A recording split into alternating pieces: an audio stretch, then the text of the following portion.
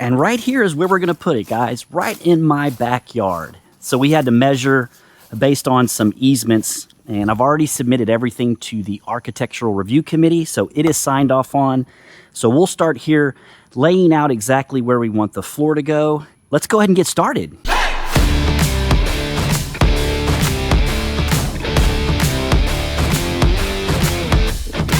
The start of any project can be intimidating, and when it comes to building a shed, the footers might be the most important and honestly the most boring part. As a woodworker, I'm used to measuring down to the 32nd of an inch, so shifting into that carpenter mindset of, close enough, that took a little effort. But I've got to admit, it also makes these kind of projects wicked fun. I wanted this shed as low to the ground as possible and square to the fence, so once I set my first footer, everything else pulled from there. Be patient here. There are a ton of micro adjustments as you work through setting your footers. The last thing you want is to end up rage-throwing concrete blocks across your backyard. The goal is pretty simple.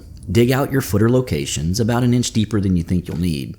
Add a layer of gravel for stability, and then stack your pads to match the height of your other footers. My method of fine-tuning? I just smash those little devils into submission. And once you get them locked in, take a second to celebrate. You've earned it.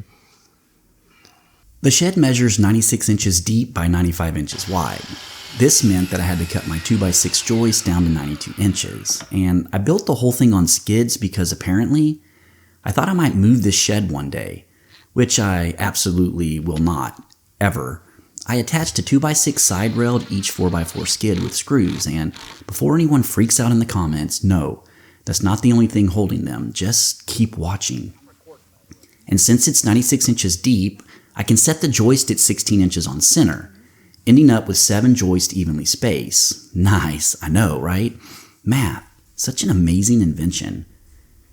Now, attaching the front and back joists was pretty straightforward, but that's when the woodworker side of my brain started taking over because, let's be real, construction grade lumber is not square. It's not the same thickness, and it's definitely not flat. Fighting the urge to run my 4x4 through the joiner just to flatten the bottom was a battle, and while on camera I may look calm, inside my head it was a full-scale war. And to no one's surprise, yes, you can still get construction grade lumber square. Now, you might be asking, why not make it a true 96 by 96? Well, because I wanted 2 full sheets of 3/4 inch tongue and groove subfloor to drop in perfectly without a single cut. Sounds like intentional engineering brilliance, right? Yeah, no. Truth is, I'm just lazy and I didn't want to cut a sheet of subfloor. With the joist set every 16 inches, I checked for square one last time before locking everything in with number 8 by 2 inch construction screws. So I picked up these L brackets off of Amazon. They're stainless steel. They actually come with stainless steel screws. So I'm going to utilize these to actually attach the side rails to the skids themselves, and then also attach each of the joist to the side rails. That should buckle everything down. So crazy enough, I was ready to go use the framing nailer. Now, in full transparency, I have not used my framing nailer in probably 20 years. And so plugged it into the air compressor, went to shoot my first nail, and blew out the diaphragm in the back. Spent some time looking to see if I could even get it fixed. I can't, so this is my old nail gun, and I do believe it's going to go probably the way of the trash. I'll keep looking. Maybe I can fix it. But I was not going to nail by hand all of the nails that are required for this shed. So I ran up to Harbor Freight and I actually just bought the Banks $99 one. I have no idea how this is going to work. Obviously, they're not sponsoring this. I'm going to go ahead and use this and you guys get to see how it works. I can't say I necessarily agree that construction adhesive is a necessity on an 8x8 shed floor. To me, that's like putting sunscreen on at night. You're probably not hurting anything, but why? Still, most of the videos I watched showed using it, even when they were screwing the subfloor down. So not wanting to be odd man out, I just went ahead and did it. With the first sheet of subfloor down, I held my breath and, yeah baby, That $99 Harbor Freight special worked like a champ. Now to be fair, that little gun really did a great job, but long-term quality I can't say, but for this shed, I was definitely glad that I had it. We dropped in the second sheet, tapped it home with a 2x4 cutoff, ensuring the tongue and groove seated right, and then nailed it down. For those wondering, I'm using 3-inch 10-gauge galvanized nails.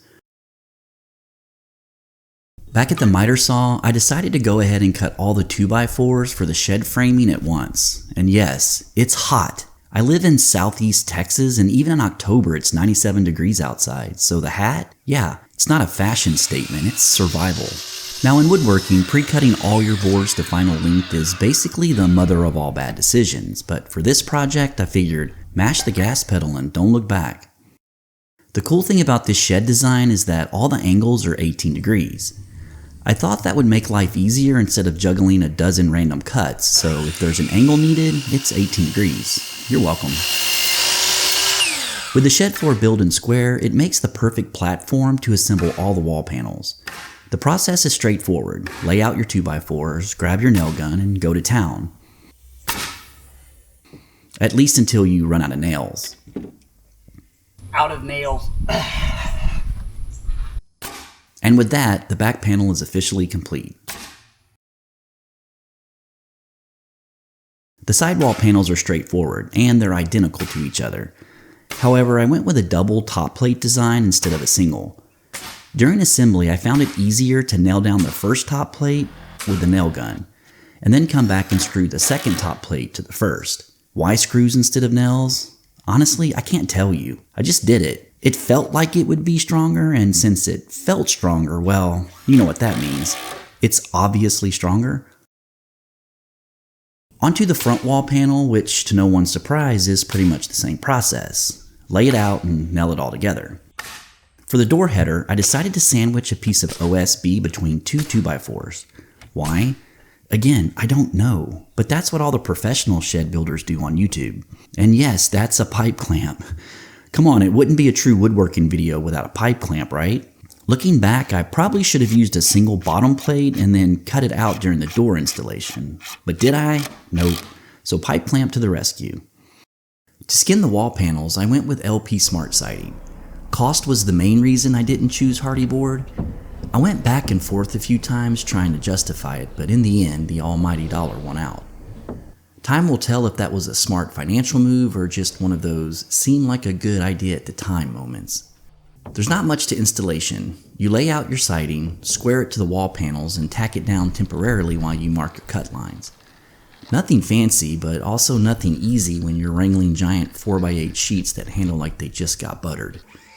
Now I have to admit, my freehand circular saw skills were a little rusty. I wish I could tell you the cuts were perfect and clean, but no.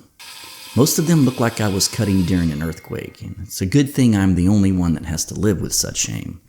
And since I apparently don't trust myself to shoot a straight line of nails unassisted, I used a 2x4 as a guide.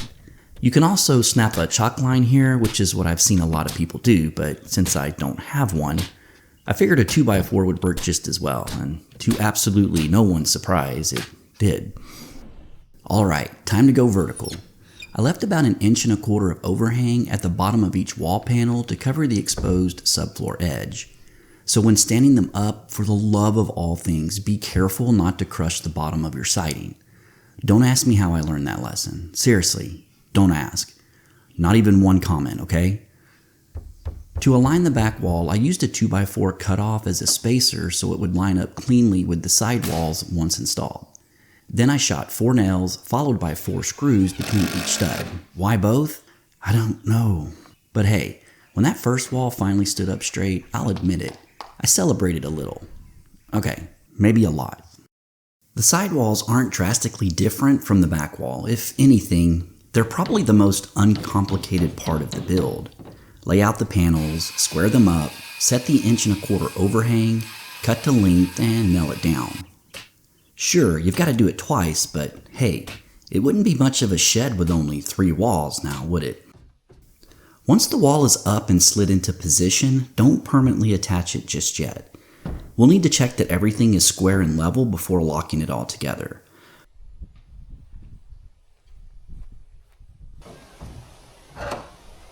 I just used an F-clamp to temporarily hold everything into place.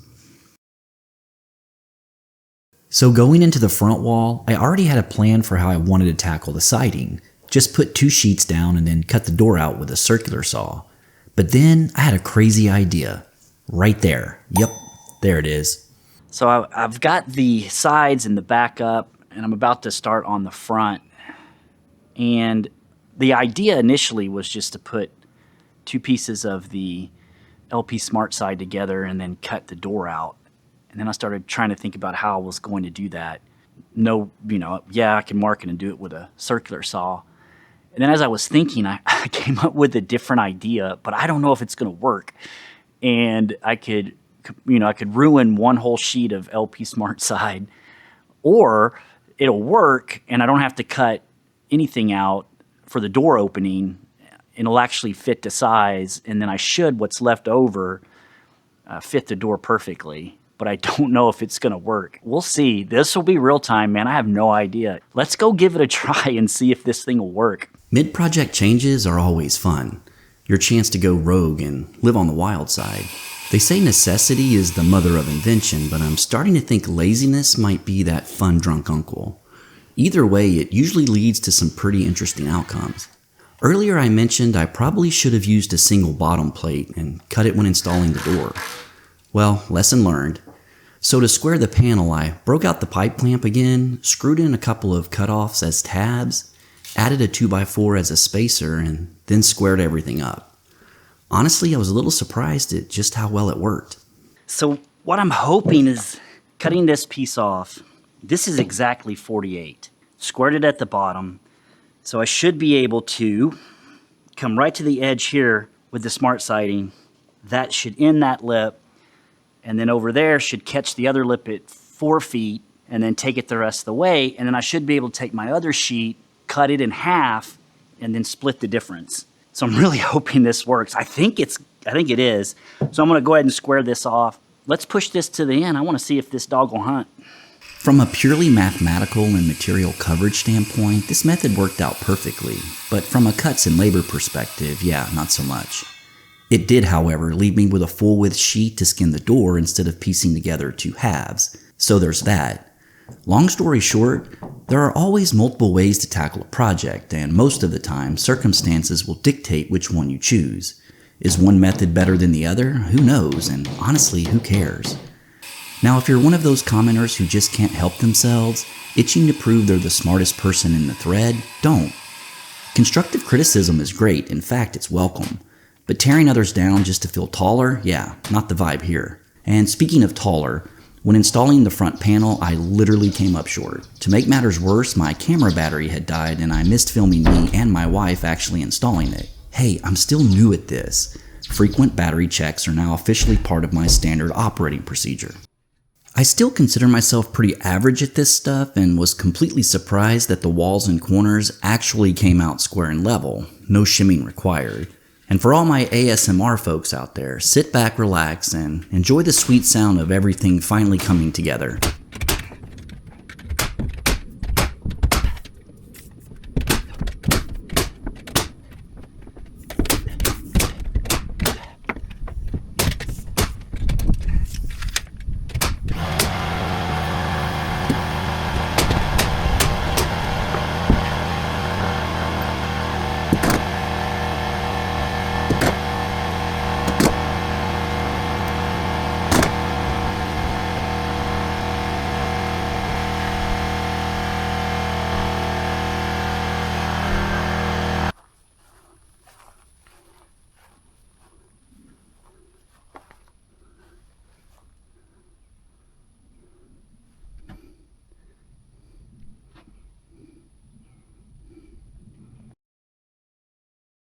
I started day 3 determined to wrap this shed up, but you know what they say.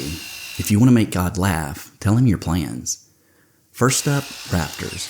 After cutting my 2x4s to length, I focused on getting all of my angles dialed in. Remember, everything here is cut at 18 degrees, so a little cut here, a little cut there, and then things got a little weird because for one of my cuts, I used my bandsaw. Could I have used a circular saw? Of course, but what can I say? I'm just a woodworker at heart. To tie the rafters together at the peak, I used a simple OSB gusset, basically just a fancy name for a scrap piece of plywood. I didn't bother making a jig, and looking back, yeah, I probably should have. I got lucky and ended up with only minor variations, like less than 1/8 of an inch between rafters. So if you want to take luck out of the equation, definitely build a quick jig. I'll drop a link in the description to a good video that shows how. Oh, and for those interested, here are the specs for the rafters. Back at the shed, I placed the rafters in their final locations and then squared everything up. Then, to attach them to the top plate, I used some 3.5-inch construction screws. Apparently without any paste wax. And then, shot one nail on each side. Now this next step is full-blown sketch, and if you're one of those safety warriors, you might want to skip ahead a few minutes. And seriously, if you're not comfortable with power tools or ladders, don't try anything you're about to see. For the soffit, I laminated a piece of treated 1x2 and LP trim together with some screws, then ran the whole thing through the table saw to cut that 18-degree angle. Please be aware of your screw locations to avoid damaging your blade, or even worse, hurting yourself. I used my nail gun to attach the soffit to the OSB roof decking, and yes, the nails came through the other side. But I just bent them over with a hammer and called it good. My logic? Once it's covered with felt paper, flashing, starter strip, and shingles, it should be fine. Alright, time to get these bad boys up on the roof. And hey, while you watch me almost give myself a hernia and incur permanent back damage, do me a favor and hit that like button. Maybe even subscribe if you're feeling generous. You have no idea how much that helps us small guys break through on this platform. Now, here's something I've been working on. I'm putting together a full set of detailed plans and a material list for this shed, and here's my promise. If we can hit 3,000 subs and 30,000 views, I'll give them away for free. Yeah, I know that's a pretty hefty goal, but I believe we can get there. I'm doing my part. Now, all we need is for you to do yours.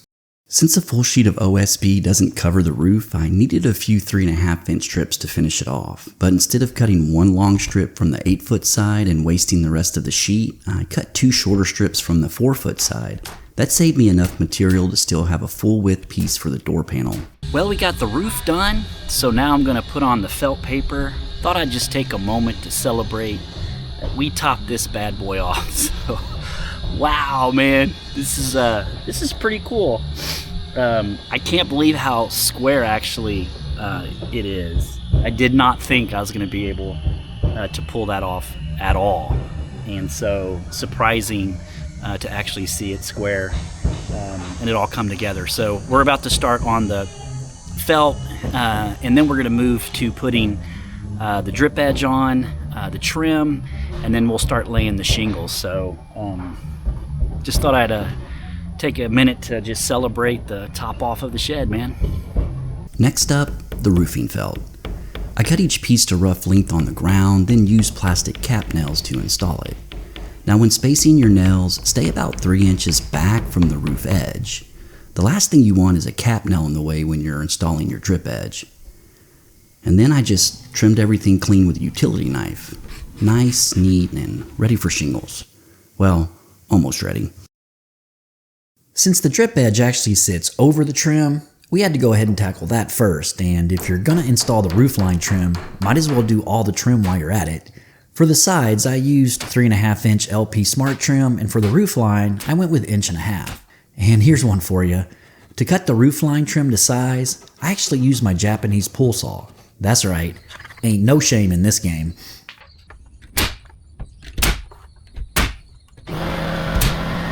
I'm probably about to make a few people a little upset, and I promise that's not the goal here. It's just that installing drip edge and shingles is its own beast. Honestly, it deserves a full video to really do it justice. So I'm just gonna hit the highlights, but don't worry, I'm not leaving you hanging. I dropped a couple of really solid videos down in the description that cover cutting and installing drip edge, plus laying 3-tab shingles the right way. Honestly, I don't think I could have done a better job explaining it anyway, so make sure to go check those out. After getting the drip edge and starter strip installed, I moved on to what I think is called the 6-inch offset method. It's that stair-step pattern you see on most 3-tab shingles. Basically, you're staggering the seams so rainwater doesn't have a straight shot onto your roof. I mean, isn't that the whole purpose of shingles? You start with your first row at full length.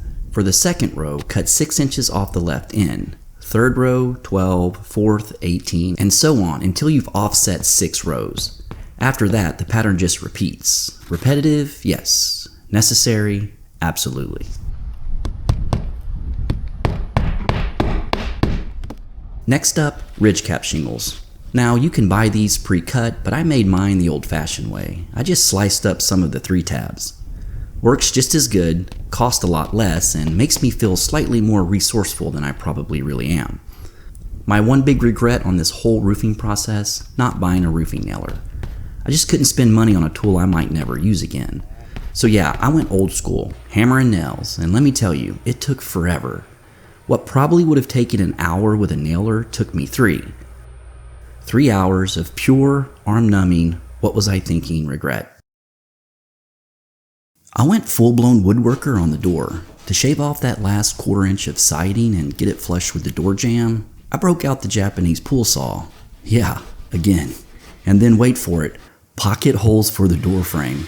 Was that necessary? Absolutely not, but it's still cheaper than therapy and way more fun. Plus, there's something satisfying about knowing I'm probably the only person on the internet with pocket holes in their shed door. And to keep that crazy woodworker momentum going, I grabbed my track saw to cut out the front and back door panels. Yeah, I'm fully aware I have a problem, but sometimes you get an itch that only a track saw can scratch. Okay, yeah, I might actually need therapy. But let's be honest, it's just going to end with me buying more tools. I know some people start by building the frame first, but I decided to cheat and let the OSB do the thinking for me. So I laid the back panel on the ground and built the frame around it with my 2x4s.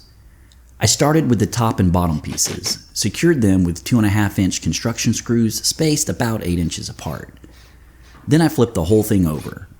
I attached the side pieces to the top and bottom using pocket holes because if loving those little guys is wrong, I don't want to be right. Next, I added my center support the same way, so this door actually has a backbone.